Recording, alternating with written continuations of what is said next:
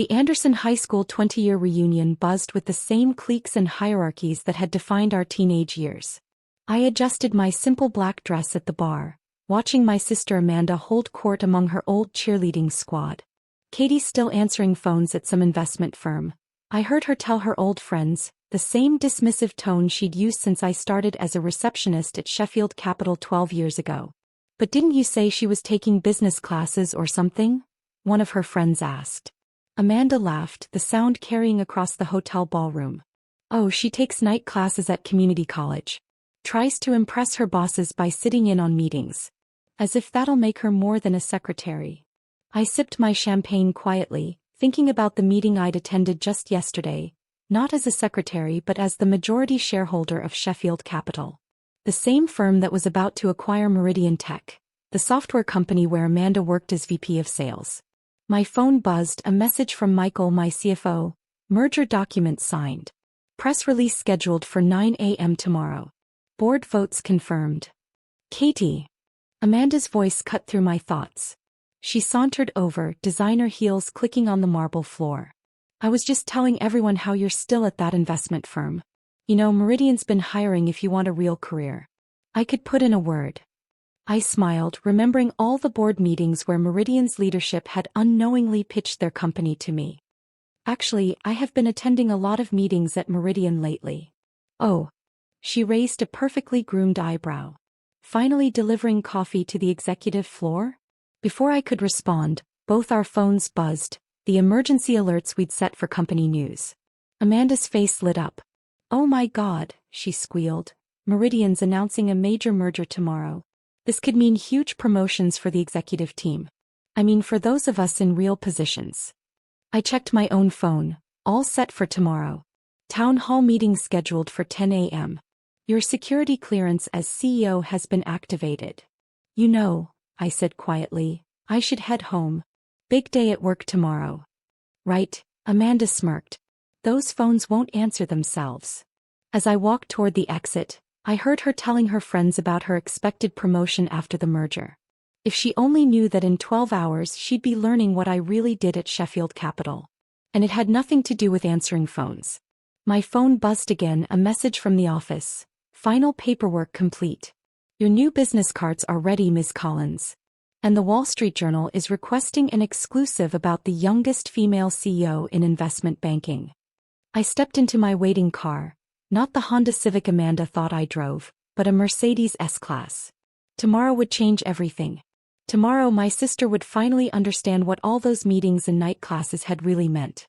And why I'd been so interested in Meridian Tech. The next morning, Meridian Tech's sleek headquarters hummed with nervous energy.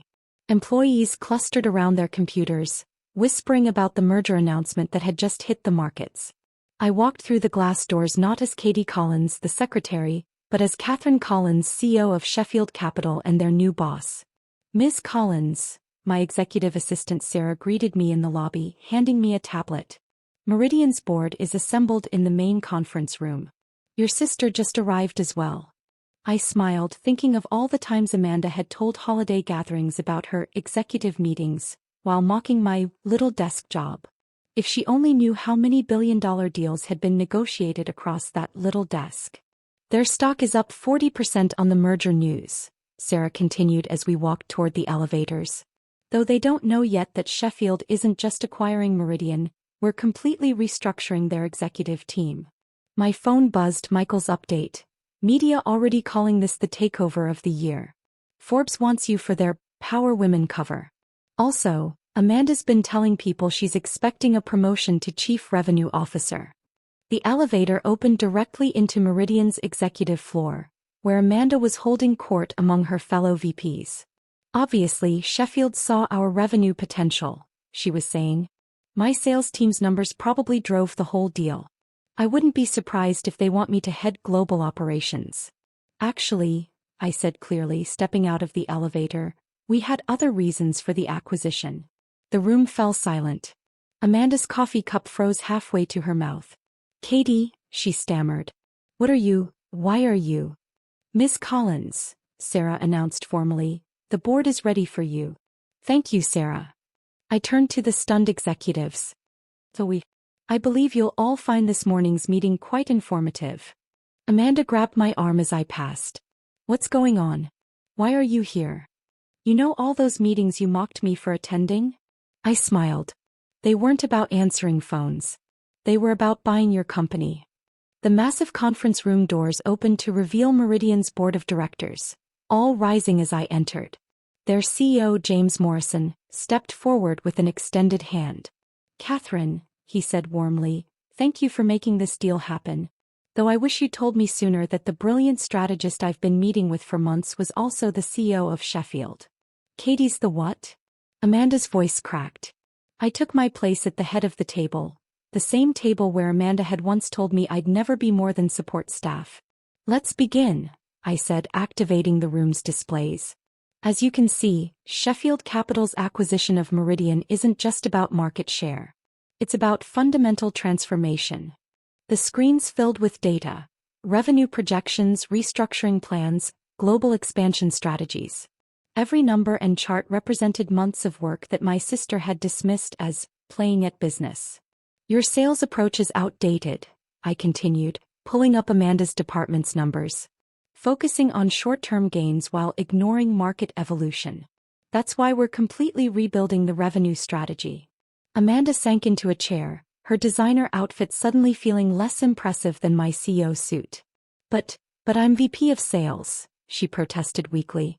My team's numbers are inflated by unsustainable practices, I finished, displaying more data. Did you think we wouldn't notice the channel stuffing? The forward loading? The creative accounting? The other board members shifted uncomfortably. James Morrison cleared his throat.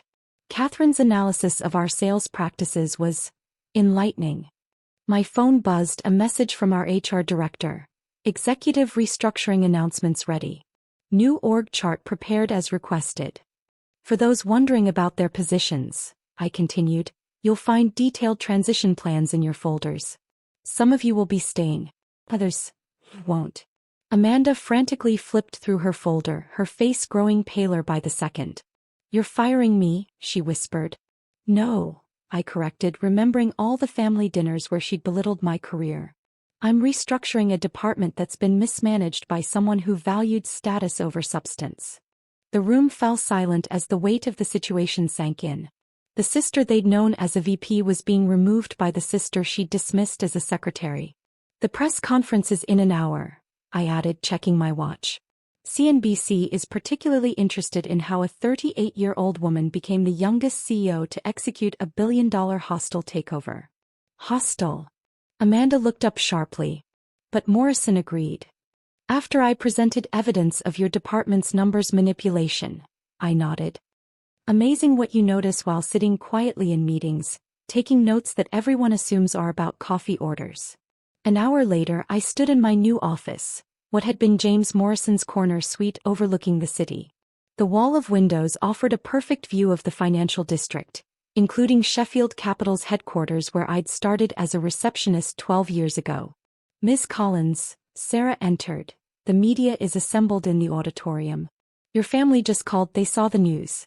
They're in the lobby with Amanda.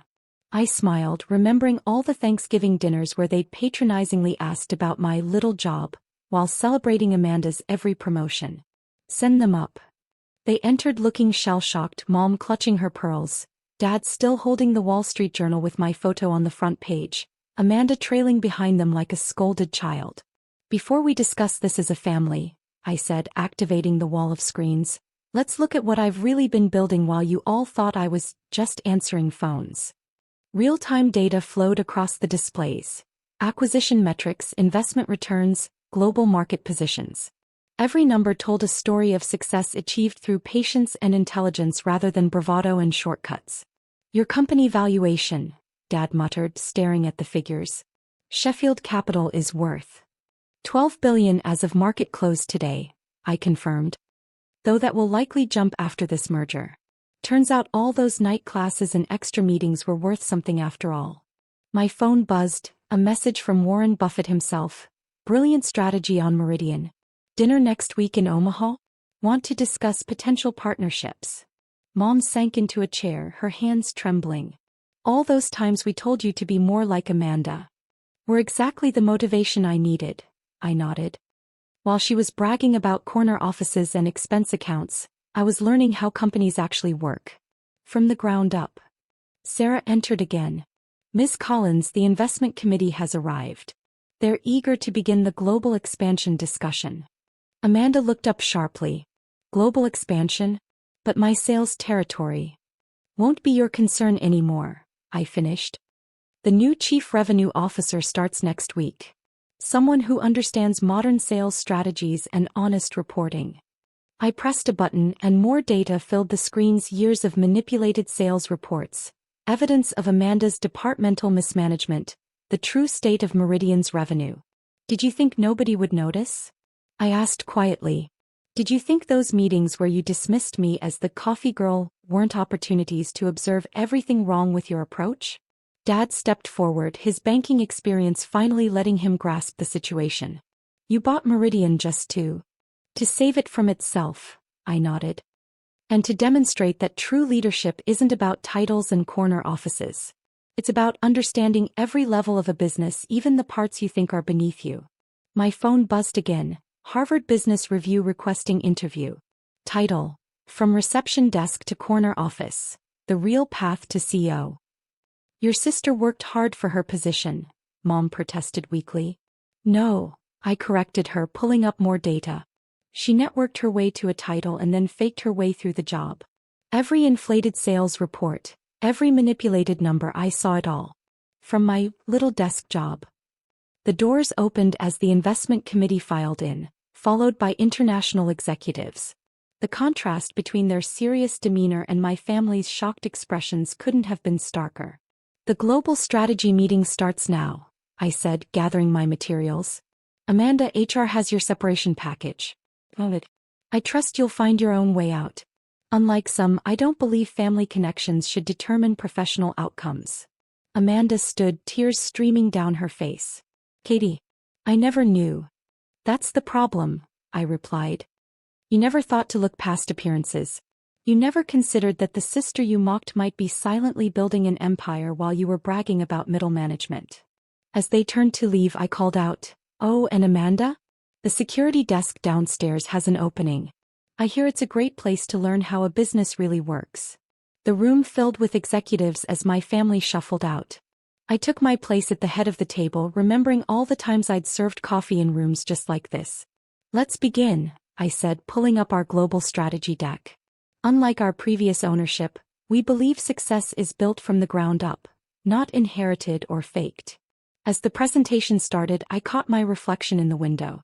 No longer the sister they'd dismissed as just a secretary, but the CEO who'd learned that every role, every position, every job had value, if you were smart enough to learn from it. My phone buzzed one final time, a message that made me smile. Wall Street Journal. Catherine Collins named CEO of the Year. From reception desk to revolutionary, how quiet observation beat loud ambition. Sometimes success isn't about rising through the ranks the way others expect.